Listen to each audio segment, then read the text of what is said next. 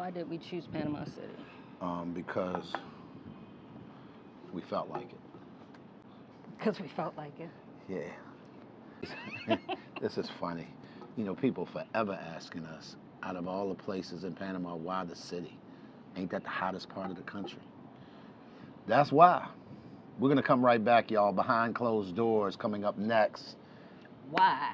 We chose Panama City. to live in the city. Panama City, Panama. That part. Let's go.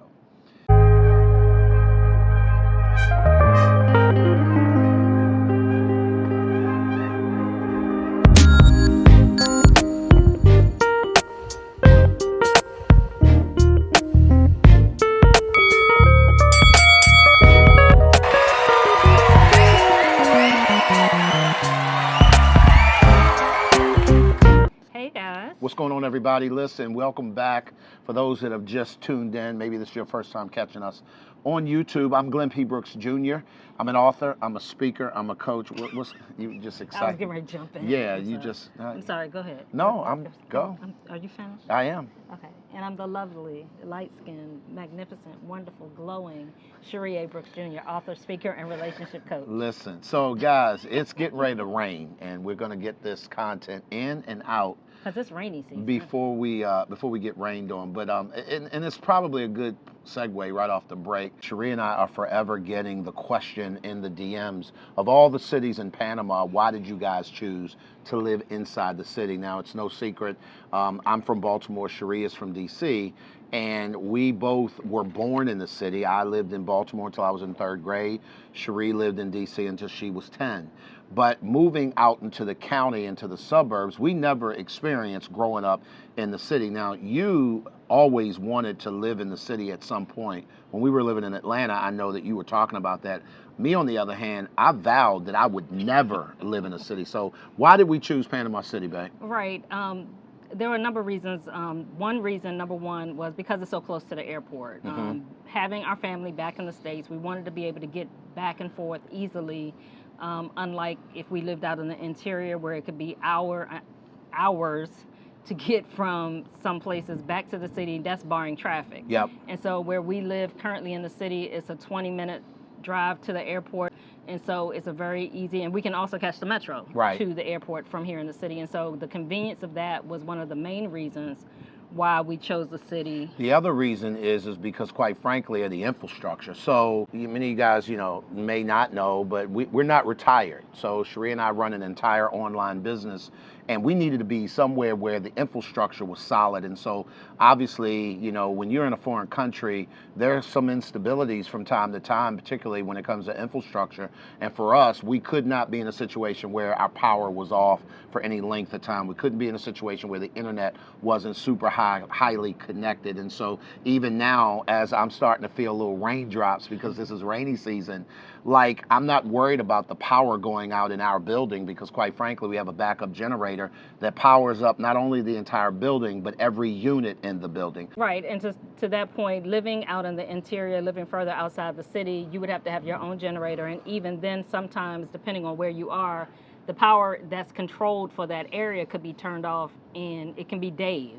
So here in the city, particularly in any of the high-rise condominiums, they are required, because you have elevators in the building, they're required to have backup generators in the building. So we never had to worry about losing power. But like Glenn said, in our building in particular, and there are several here in the city that have the backup generators that actually power the whole unit. So it's like a hospital generator. Yeah. You think about in a hospital, it's going to turn everything on. Yeah. But they are required to have the common areas at the very least where you won't get stuck in the elevator. You're going to have power. The other thing that, and I think we talked about this before on another video, but we wanted to be in close proximity to the U.S. because, we still have family there. Cherie's father is in hospice at the time of this recording. As a matter of fact, you're on your way back to the U.S. and to look in on him and to check in on him. And I think that that's important. I know that a lot of expats often think, how can I get back to my folks if it's really, if it's really an emergency? Right, and also thinking about people coming here to visit us. Yeah. I wanted it to be convenient So when friends and family do want to come visit us, they're not having to fly here and then catch a bus or catch a shuttle or whatever for 4, 5, 6, 8 hours Right. to get to us, or having to catch another flight once they get here to get out to us. So we wanted to be, centrally located where it's close enough we can get in and out if we need to. Also, I mean, the embassy is here in the city.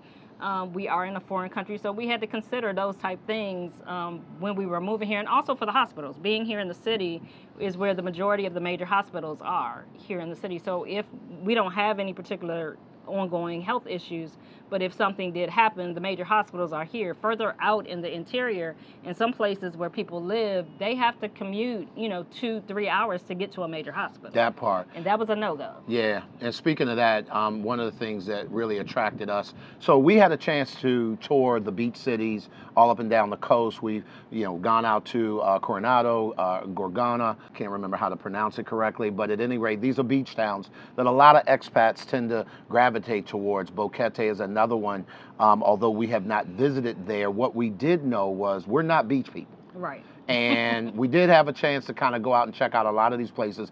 And albeit very, very beautiful, really serene, for us, it just seemed like it would be boring. Right. After a while, especially if you live in a building where, quite frankly, it is mostly owned by people who don't live there. Right. In those cases, those buildings tend to be not as populated throughout the week. And Cherie and I are super social. We have a group that we have already connected with several, and we do a couples meetup and all kinds of things, and we wanted to be where people were. Hey everybody, I just want to say, pardon the interruption, thank you for tuning into today's content. If you guys want to grow in relationship in a community with other couples who are intentionally doing the work that it takes to build a solid relationship, I want to invite you to check out the MAPS Relationship Academy. Look at the links in the description below. It's there that you'll find an opportunity to jump on a free discovery call with us to see if you're a fit for that community. It's an online community that we started back in 2017, and I'll be honest with you, it's the secret sauce to Cherie and I being able to live abroad, do all the things that you guys see us doing, because we have a solid connection, but we built that. That was not something that we wished, prayed for, or quite frankly, loved each other enough to do. It's a skill set that we've learned, and we want to teach it to you. Now back to our regularly scheduled program, already in progress. Right, and another reason why we chose to live in the city is, like Glenn said, when we lived in Atlanta, I really started expressing a desire to live in the city. Being from DC, I'm familiar with areas like Adams Morgan. I wanted to be able to walk to restaurants. I wanted to be able to walk to the store. Typically in the States, when you live in the suburbs, you're having to drive everywhere. Yep. You're not going, oh, we're going to go out to eat and you're going to walk. No, you're going to drive to go get something to eat. And then after that, if you want dessert, you want to go somewhere else, you're going to drive from there to there. Yep. If you want to go walk, you're going to drive from there to a park. And so I wanted to be able to walk. So today, as a matter of fact, we're just getting back in from going for a walk. We walked down to the park. Then we decided, well, let's walk down and go get something to eat. We sat in one of our favorite coffee shops, had lunch, and then we walked back home. Yep. And stopped at the store on the way home. Absolutely. Walking home. And so I wanted to be able to experience that.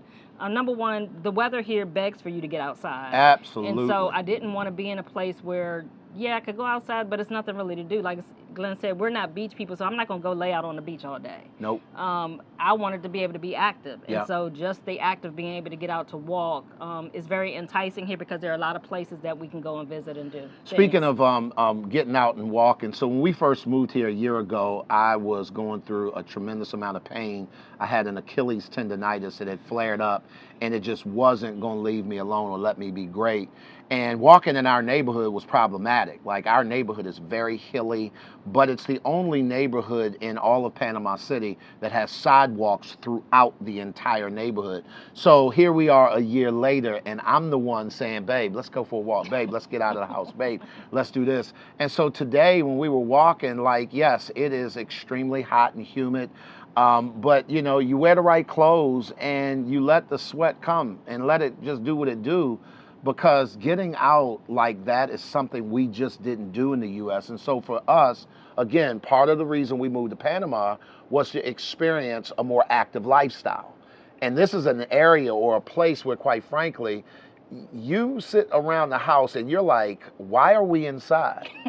Like, why are we like? You don't want to be inside. Right, it's funny. I can remember during the pandemic my wanting to get outside and go walking. So I would actually walk to the drugstore. Yep. But I'm walking down this major road with the traffic was crazy. It's like it was not safe walking. I mean, yes, it was a sidewalk, but you're dealing with the fumes from heavy traffic. Yeah. It just was not a pleasant walk at all. And I would do that every now and then, but it was like, I want to get out and walk and be able to see things and meet people. And that actually leads to the next one, which is we wanted to be in the culture. Yeah. We actually wanted to be immersed in the culture so that we could start to learn Spanish. Now, we've been here a year. We've picked up a few phrases. We're not nowhere near fluent yet, but the more we get out, the more we interact with Panamanians, the easier it's becoming to understand. Yeah. And also starting to speak Spanish a little bit. So with that being said, guys, we're gonna call this one short. It's starting to rain, and one of the one last thing, really quickly. Why did we move to the city? Because of the social life. Like, you can get to just about every restaurant. One of the things I love about Panama is Panama has more international restaurants and different kinds of cuisines, whether it's Casco Viejo or right here in El Cangrejo or, in and out around the city. The views are crazy at night. So it takes date night to a completely different level. And so that's another reason why it's just so many more things to do. So much so that we're curating experiences for people to be able to basically come to this country and dial up an experience that you would like to have, whether that's something in the interior, you want to go hiking, see the waterfalls, maybe you want to go to the beaches, or you might want to go shopping. Quite frankly, the free trade zone is a whole situation. Second largest free trade zone in the world next to Hong Kong is here in Panama on the Caribbean side in Cologne, which is about 45 minutes from where we live. But it's just so many more things to do, and it begs for you to come. And so if you are interested in anything like that, definitely check out the links in the description below, fill out the surveys, and let us know, hey, I'd like to come. And we would love to curate that experience for you. Taste and see Panama. Taste and see that living liberated is good. At the end of the day, here's what I do know to be true. You can't get to any place of significance by yourself, because we all need some help. Y'all be good. Hope to see you guys here in We'll talk Panama on the next soon. one.